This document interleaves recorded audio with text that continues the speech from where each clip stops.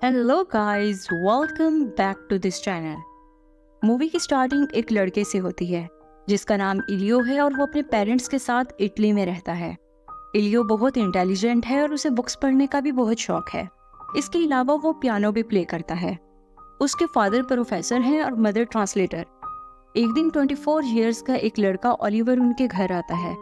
Actual में वो इलियो के फादर का स्टूडेंट है और वो यहाँ प्रोजेक्ट कंप्लीट करने के लिए आया है। इलियो ओलिवर से मिलता है और उसे रहने के लिए अपना रूम दे देता है। नेक्स्ट डे ब्रेकफास्ट करते हुए इलियो के फादर इलियो से कहते हैं कि तुम ओलिवर को ये शहर घुमाओ। तो वो उसे शहर दिखाने के लिए ले जाता है। टाइम गुजरता रहता है। इलियो अपने फ्रेंड्स से भी ओलिवर को मिलवाता है। ये दोनों गेम्स भी साथ खेलते हैं और काफी टाइम इकट्ठे स्पेंड करते हैं। इलियो ओलिवर से काफी इम्प्रेस हो जाता है क्योंकि वो बहुत ज्यादा इंटेलिजेंट था। देन एक रात इलियो और ओलिवर एक पार्टी में जाते हैं तो वहाँ ओलिवर एक लड़की के साथ काफी क्लोज हो जाता है। ये देखकर इलियो को अच्छा फील नहीं होता और उसकी आंखें भी नम हो जाती हैं। बट वो ये बात खुद भी समझ नहीं पा रहा होता कि उसे ऐसा क्यों फील हो रहा है। तो इलियो पार्टी खत्म होने के बाद अपनी गर्लफ्रेंड के पास चला जाता है और उसके साथ इंटीमेट होने लगता है। बट उसकी गर्लफ्रेंड कंफर्टेबल नहीं होती। नेक्स्ट डे जब ये सब लोग ब्रेकफास्ट कर रहे होते हैं तो इलियो अपने फादर को बताता है कि कल मैं अपनी गर्लफ्रेंड के साथ इंटीमेट होने वाला था बट नहीं हुआ। तो उसके फादर कहते हैं तुम नेक्स्ट टाइम ट्राई करना।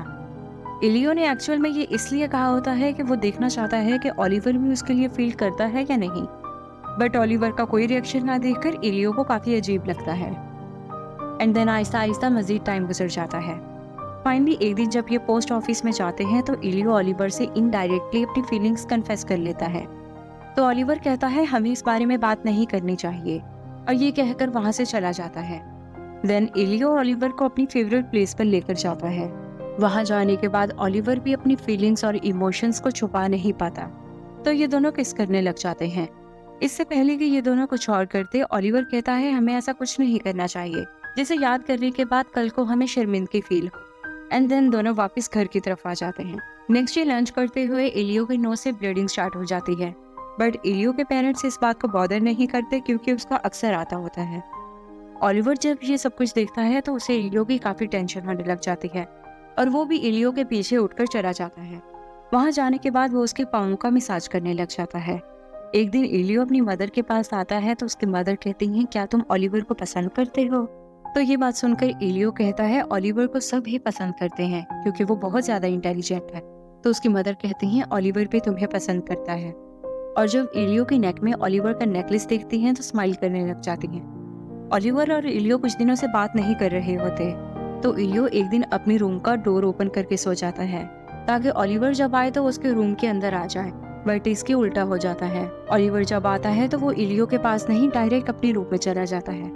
फाइनली एक दिन इलियो ओलिवर के रूम में नोट छोड़ता है और उस पर लिखा होता है कि हमें साइलेंस को ब्रेक करना चाहिए।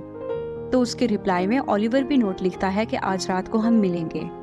पूरा दिन इलियो वेट करता है कि कब रात होगी मैं ओलिवर से मिलूंगा। रात को फाइनली ये दोनों मिलते हैं तो इलियो ओलिवर को हक कर लेता है। दिन दोनों अपने इमोशंस पर कंट्रोल नहीं कर पाते और इंटीमेट हो जाते हैं।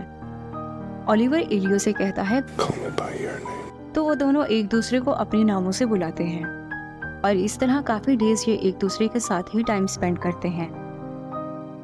एक दिन ओलिवर इलियो के रूम में आता है तो इलियो से हक करके रोने लग जाता है क्योंकि ओलिवर ने कुछ ही दिनों में अपने शहर वापस चले जाना होता है।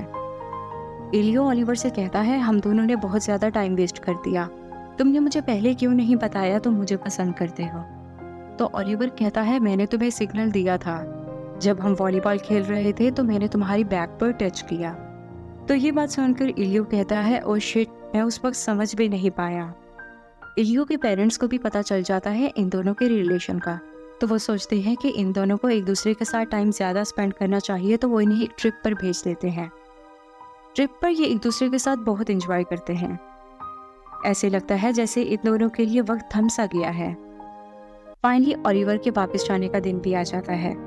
इलियो उसे स्टेशन पर ड्रॉप करने आता है और ओलिवर को खुद से दूर जाते हुए बस देखता ही रहता है। इसके बाद अपनी मदर को कॉल करता है और कहता है कि आप मुझे स्टेशन पर लेने आ जाएं। उसकी मदर उसे स्टेशन पर लेने आती हैं। घर जाते हुए वो ओलिवर को याद करके बस रोता ही रहता है। इलियो के फादर इलियो से कहते हैं मैं जानता हूँ ओलिवर और तुम्हारे दरमियान एक बहुत अच्छी बॉन्डिंग थी, एक स्पेशल रिश्ता था। बट अगर तुमसे कोई भी दूर चला जाए तो अपनी ज़िंदगी को जीना मत भूलना, और हम हमेशा तुम्हारे साथ रहेंगे। इसके बाद इलियो वापस से अपनी ज़िंदगी को जीने लग जाता है। एक दिन ओलिवर की कॉल आती है तो इलियो उसे बताता है, मेरे पेरेंट्स जानते हैं हम दोनों के रिलेशन के बारे में। तो ये बात सुनकर ओलिवर कहता है, तुम बहुत लकी हो कि तुम्हारे पेरेंट्स तुम्हें सपोर्ट करते हैं, बट अगर मेरे पेरेंट्स को हमारे बारे में पता चल जाएगा तो वो मुझे मार देंगे। और ये कहने के बाद उसे बताता है कि नेक्स्ट स्प्रिंग में मेरी शादी है। ये बात सुनकर इलियो को अचानक से धचका लगता है, क्योंकि उसने कभी भी ये चीज़ एक्सपेक्ट नहीं की थी।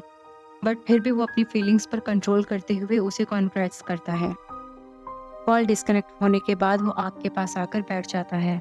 अपनी और ओलिवर के बीते हुए सब लम्हों को याद ही करता रह जाता है।